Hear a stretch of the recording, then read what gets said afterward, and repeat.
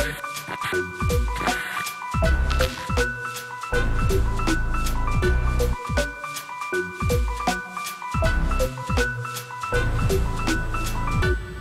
g'day everyone, Matt Burke here, and having experienced a quarter final before, you know the pressures of what these guys are going to be under on the way through.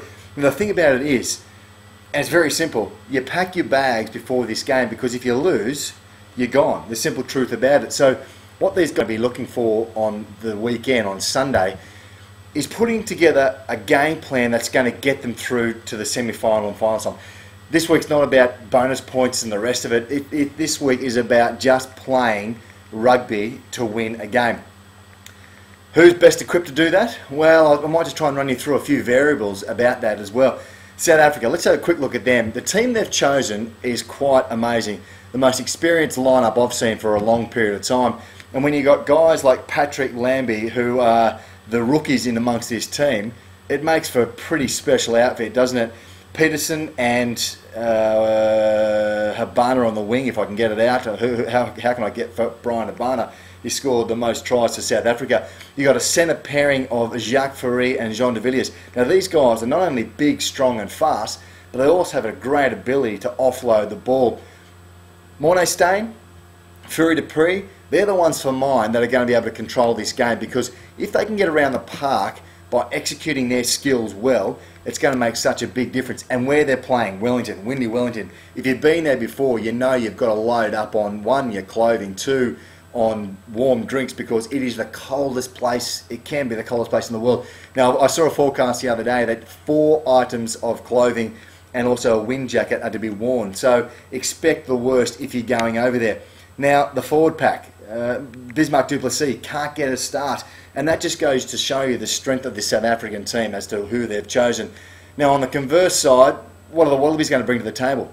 Do you take the Tri-Nation success as an indicator in this game? I don't think so. The momentum, no doubt, is all with South Africa at the moment. The way they've been playing their games has been pretty strong. Mind you, they did come up against Samoa the other day, a pretty committed outfit the other day. But certainly, when you're looking forward and looking ahead in this tournament, do the pool games, do they really mean anything? And in a way, no they don't, because what you're going into now is a cup tie.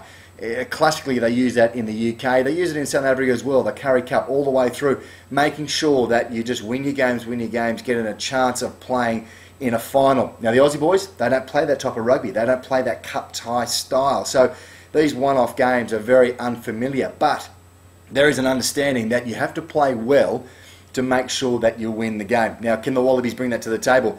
No doubt. The key to this game for the Wallabies is the physicality in the forwards. Now, I mentioned it before about the Tri-Nations, or will they use that as a, I suppose, a motivation? And they will. They've got a trophy in the cabinet at the moment. It's silver. They want gold. Everybody wants gold, obviously, in New Zealand at the time. So how are they going to do that? Well, to start with, they've got to be big and strong up front.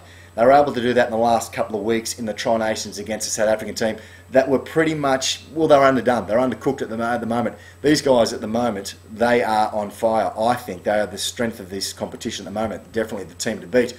Now, are the Wallabies going to be able to do that? They're going to pick a pretty big pack, no doubt about it. Now, the back line, can they complement that? Can they run the ball? Can they play smart is probably the biggest thing, because they come up against the 9-10 combination, who are possibly one of the best in the world when they get together. Morné Steyn, windy Wellington, it's going to be wet. He'll just put them in the right spots, make sure the forwards, their forwards, as in the South African forwards, are going forward. Now, the key to the Aussie boys is they've got to be the ones going forward. Now, I think just a stern word to Quade Cooper from the captain to say, hey mate, let's put us down the other end of the field. We know where we're going to play from, because we experienced difficulty when we were trying to play out of our own D zone, if you call it that, when we played against Ireland a couple of weeks earlier at Eden Park. This got to be smart about it. But the biggest call is, and my sources tell me, that McCabe is the man, I should say, to play 12, not Berrick Barnes. I find that quite peculiar. I find Barnes, the way he complemented Cooper the other day in that 10-12 slot, is going to be very, very important to this team. But he's going to be coming off the bench. So they're looking for physicality, they're looking to shore up that midfield zone. But you know, when you play against the Springboks, just because you defend well doesn't mean you're going to win the game. You have to be able to score tries. I think Barnes just adds that second bit of complement to a ball-playing ability. albeit he can kick the ball as well, also for goal. Now, it's interesting. It's a massive game this weekend. It will be wet, I believe. And whoever is going to win this game, I reckon, may go through and win the whole thing. For mine, I've got to say the Wallabies, don't I? But I think they're going to be up against it.